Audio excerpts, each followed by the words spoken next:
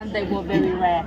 In 10,000 oysters, only one oyster can produce a natural pearl, but they were not round. They looked like the sand.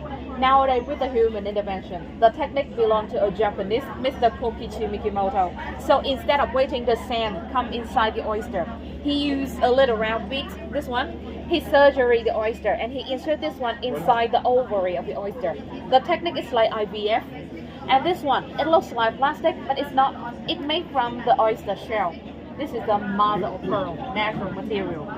At the first step, we need the donor oyster. We choose one oyster from there and open it like this. After that, we cut off the muscle on the lip of the oyster.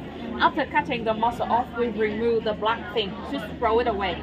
Keep the middle part of the muscle and divide this one into small pieces. And finally, we treat them by antibacterial or antibiotic. And we can get the mantle tissues, or you can call it the membrane.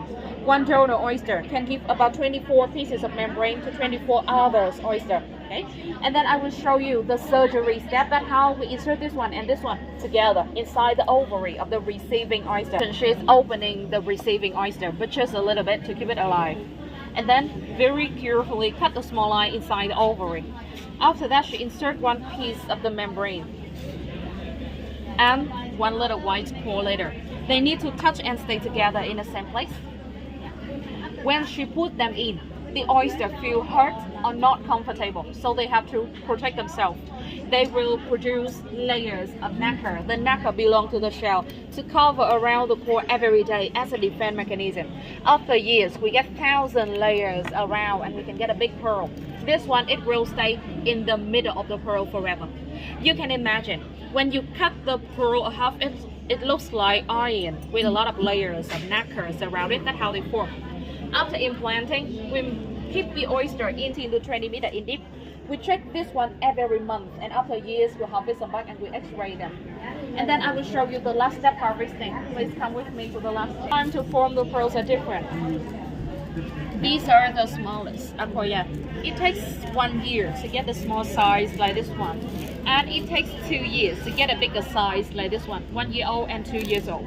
The second kind of pearl, Tahiti. These are the most colorful pearl in the world because beside the black we can get different luster, and they take 2 to 4 years for one pearl. The last one is South Sea. These are the biggest. They take 3 to 7 years for one pearl. And now she will open one oyster and she will collect and show you.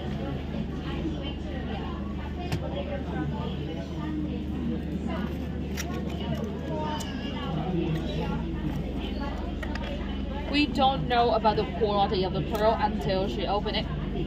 It might be good, might be not. Okay,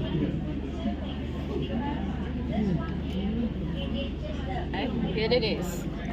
The oyster here, they have been x-rayed, so we know they have pearl. We just don't know about the quality of the pearl until she opens it. So after getting the pearl, we have to check them very carefully. The pendants with 3 different kinds of pearl. Each product you will see a small stamp in front of